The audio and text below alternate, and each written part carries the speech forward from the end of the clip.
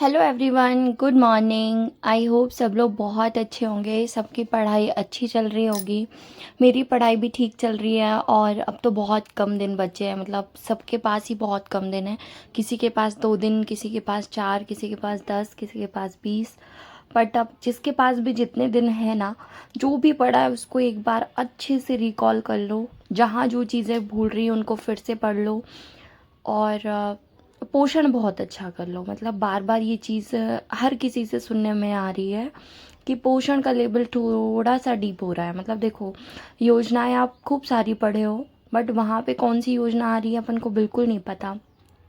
उनको तो पढ़ते जाओ, लेकिन वहाँ पे आपको पोषण का पता है ना कि टीकाकरण आ रहा है, कुपोषण आ रहा है, बीमारियाँ आ रही हैं, संतुलित आहार आ रहा है और आपके माइक्रो मैक्रो न्यूट्रिएंट्स आ रहे हैं। तो आपको जो चीज़ें पता है आप उनको बहुत अच्छे से पढ़ लो। हर एक चीज़ पढ़ लो, आनुवांशिक डिसीज़ जितनी है सब पढ़ लो। देखो, पता है मतलब, अब मतलब तुम लोग हंस भी सकते हो इस बात पे, बट सच बता रही हूँ।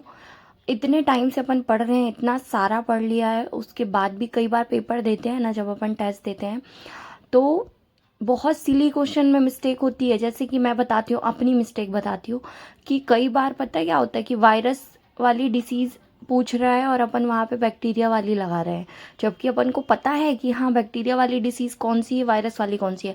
लेकिन एग्ज़ाम में जब क्वेश्चन सामने आता है ना, तो उस टाइम पे पता नहीं क्या कैसा होता है, वो एक प्रेशर के कारण ना चीज़ें भूल जाती हैं कई बार।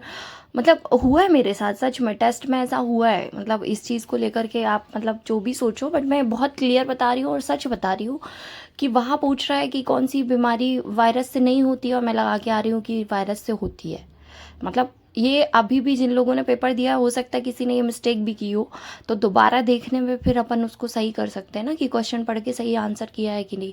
हाँ, और एक इम्पॉर्टेंट बात कि देखो, अभी जो कुछ लड़कियां थीं जिन्होंने बहुत अच्छा पढ़ा था और टेस्ट में जिनके अच्छे नंबर आ रहे थे और एग्ज़ाम में कम आए हैं, तो पता है उनके साथ एक सबसे बड़ी गलती भी क्या हुई है, वो अपन ना करें। मतलब मेरे लिए भी ये चीज़ है और आपके लिए भी, कि जब एग्ज़ाम में आप कोई क्वेश्चन कर रहे हो ना, तो एक तो बहुत ज़्यादा टाइम मत लेना। मतलब अगर आपसे बन रहा है तो करो, अगर नहीं बन रहा ना तो उसको मार्क करके आगे बढ़ जाओ, है ना। और एक बार में पूरा ऐसे ही पेपर करो ऊपर से नीचे तक कि आप जो बन रहा है आप उसको करते चलो, और जिसमें भी आपको थोड़ा सा टाइम लग रहा है ना, आप उसको मार्क करके आगे बढ़ते जाओ। एक बार पूरा ऐसे कर लो, ठीक है। मार्क वाले क्वेश्चन जितने आपने किए उनको फिर थोड़ा टाइम दे के बाद में कर लो। और मतलब कोशिश ये करना, देखो मैं ये तो नहीं कह रही अपन ऐसा नहीं करेंगे, हर कोई यही कर रहा है। जिसका पेपर जल्दी ख़त्म हो रहा है, जिसका पेपर 2-2.5 घंटे में ख़त्म हो रहा है, वो लास्ट के बचे हुए टाइम में पता है क्या कर रहा है, ऑप्शन चेंज कर रहा है। ये गलती मत करना, इसकी वजह से नंबर आपके कम हो सकते हैं।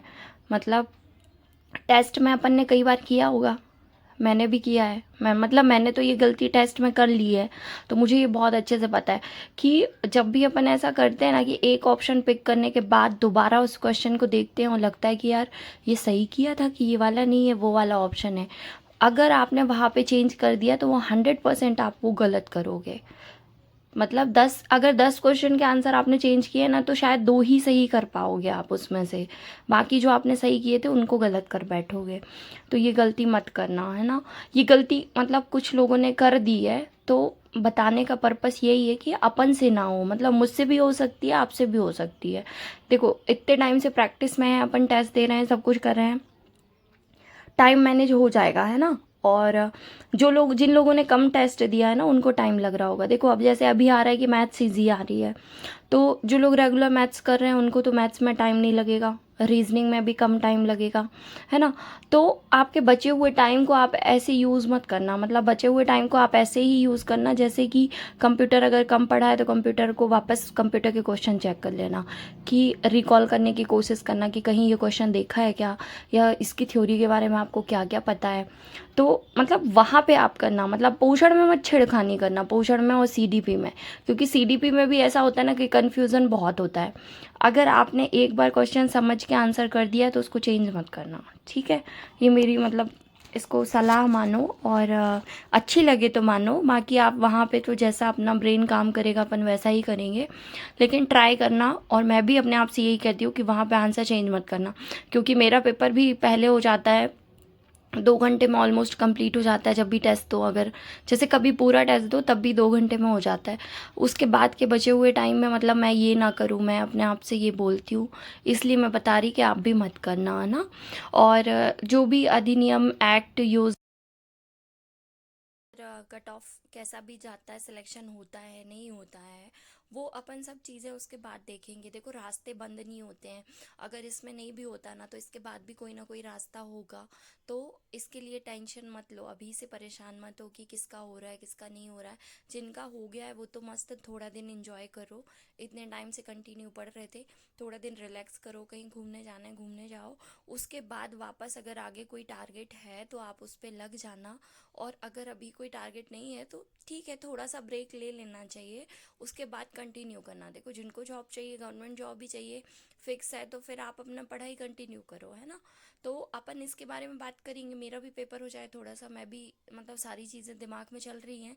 लेकिन अभी ये है कि फर्स्ट प्रायोरिटी इसको दी थी, इतने टाइम से अपना टाइम इन्वेस्ट किया है, तो लास्ट टाइम पे वो नहीं करना चाहिए। मतलब तो दौड़ भी होती है ना, तो लास्ट टाइम पे जो थोड़ी सी डिस्टेंस बचती है ना, उसमें अपनी पूरी जान लगा देता है एक इंसान जीतने के लिए। तो बस वही टाइम चल रहा है अपना भी, कि जितना टाइम बचा है उसमें जो कर सकते हो कर लो, जितना ज़्यादा पढ़ सकते हो पढ़ लो, और चीज़ों को रिकॉल कर लो, नया मत पढ़ो। जो क्वेश्चंस आपने पढ़े हैं ना उसी को बार बार रिवाइज कर लो। जो आपने थ्योरी पढ़ी थ्योरी पढ़ लो। और कई बार पता है 8-10 रिवीजन के बाद भी चीज़ें ना छूटी हुई लगती हैं। जैसा मैंने बताया, मैं खुद गलती कर देती हूँ कई बार ना, तो होता है पता है, अपन से चीज़ें ना अपन को लगता है कि याद है, ये बहुत अच्छे से याद है। जैसे आर टी 2009 की सारी धाराएं याद है, सबको याद है, मतलब मुझे याद है, आपको याद होंगी। लेकिन एग्ज़ाम में आएगा तो एकदम से क्लिक होगा ना, यार इसमें ये था कि वो था। मतलब वहाँ पे ऑप्शंस इतने सिमिलर रहते हैं कि आप कंफ्यूज हो सकते हो। तो रिकॉल कर लो, इतने अच्छे से रिकॉल कर लो कि क्वेश्चन देखते साथ आपके आंसर निकले सीधे, आपको ऑप्शन ना देखना पड़े, तो फिर ठीक है। देखो मैं भी इसी कोशिश में लगी हूँ, मतलब मैं ये नहीं कहूँगी कि आपको बता रही तो मेरा ये सब हो गया है। अभी भी कई बार ऐसा होता है कि मैं क्वेश्चन देखती हूँ, आंसर कई कुछ क्वेश्चन के आंसर आ जाते हैं ब्रेन में, तुरंत आ जाते हैं कि हाँ ये पढ़ा है, इसका आंसर ये होगा। बट कई बार ऐसा होता है कि चारों ऑप्शन देखने के बाद भी आंसर क्लिक नहीं होता है। क्यों? क्योंकि वहाँ पे शायद अपना कॉन्सेप्ट क्लियर नहीं है, या शायद रिवीजन कम है, और जहाँ पे रिवीजन कम है वहाँ पे थोड़ा सा कन्फ्यूज़न हो जाता है। तो ये चीज़ें कम हो, इसके लिए अभी जितना भी टाइम बचा है जिसके पास भी, उसको अच्छे से यूटिलाइज करो और रिलैक्स होकर के पढ़ो। एनालाइज, बार बार ये एनालिसिस देखने के चक्कर में परेशान मत करो, खुद को मत करो, है ना। मतलब खुद एनालाइज करो कि आपके पास टाइम कितना है, आप क्या कर सकते हो। जो चीज़ें आपने कम पढ़ी आप उनको फिर से पढ़ लो, और जो आपका सबसे स्ट्रॉन्ग पोर्शन है ना आप उसको रिकॉल करो बार बार, ठीक है। और जो आपका, क्योंकि वीक पोर्शन है आपको उसमें डर लगेगा, तो आप उसको बाद के लिए रखो, पर जो आपका स्ट्रॉन्ग पोर्शन है ना आप उसको अच्छे से पढ़ लो, ताकि आप सबसे पहले उसको सॉल्व करो और आपसे अच्छे क्वेश्चन बन जाएं, तो आपका कॉन्फिडेंस थोड़ा सा बूस्टअप होगा और आप आगे के क्वेश्चन से बहुत अच्छे से डील कर पाओगे ना। तो मिलते हैं फिर, अगर होता है तो रात में लाइव आती हूँ मैं एक बार, तो 10 या 10:30 के आसपास एक बार चेक कर लेना, है ना। तब मिलते हैं फिर अपन और बातचीत कर लें।